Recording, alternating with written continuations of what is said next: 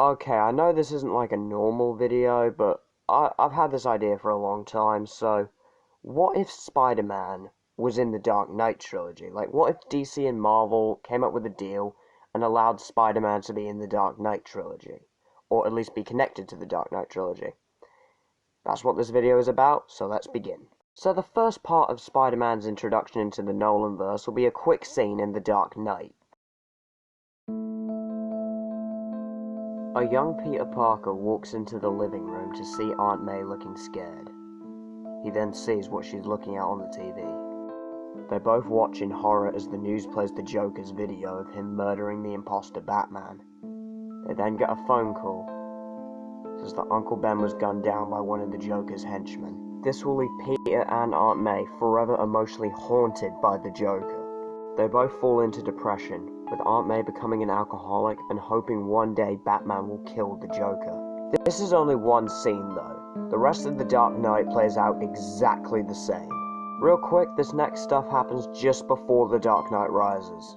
So Peter's life plays out pretty much exactly the way we expect it to. He starts dating MJ. Instead of Oscorp, he gets an internship at Wayne Enterprises. There, he meets Otto Octavius, who he begins his, kind of father-son relationship with. And that is where he is bitten by the spider and gets his powers. So he does have his powers now, but he's still afraid to fight crime because he's still haunted by the Joker. Okay, now we actually get into The Dark Knight Rises. Most of the movie, like The Dark Knight, plays out exactly the same up until the point where Bane breaks Batman's back and all of Gotham believes Batman is dead. Peter catches the news story and like the rest of Gotham believes Batman to be dead. This horrifies him as he believed that without Batman, the Joker will definitely come back. Now his paranoia about the Joker is even worse than it ever was. At this point, MJ knows about Peter's powers and his fear of the Joker. So she's the one who actually offers him the words of inspiration. She's the one who's telling him that these powers may have been so he could avenge Batman. And now, that is what triggers Peter's transformation into Spider-Man. The rest of the movie plays out as normal. Bane still exposes the lie, and riots still fill the city. And it's during these riots that Peter operates as Spider-Man the most, attacking small groups of Bane's mercenaries.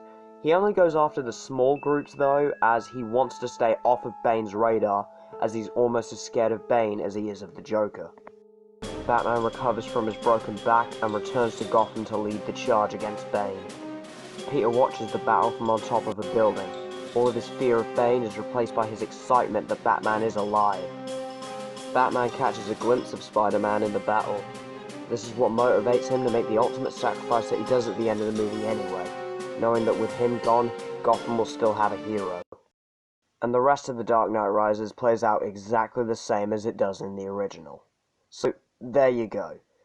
I know this was short and he wasn't in it that much, but I wanted to come up with a way I could put Spider-Man into this that wouldn't impact the story of the movies that much. Because I'm not trying to improve these movies, far from it. I don't think these movies can be improved. Anyway, that's just how I would put Spider-Man into the Dark Knight trilogy. Let me know what you thought, and, like and subscribe, and see ya, bye.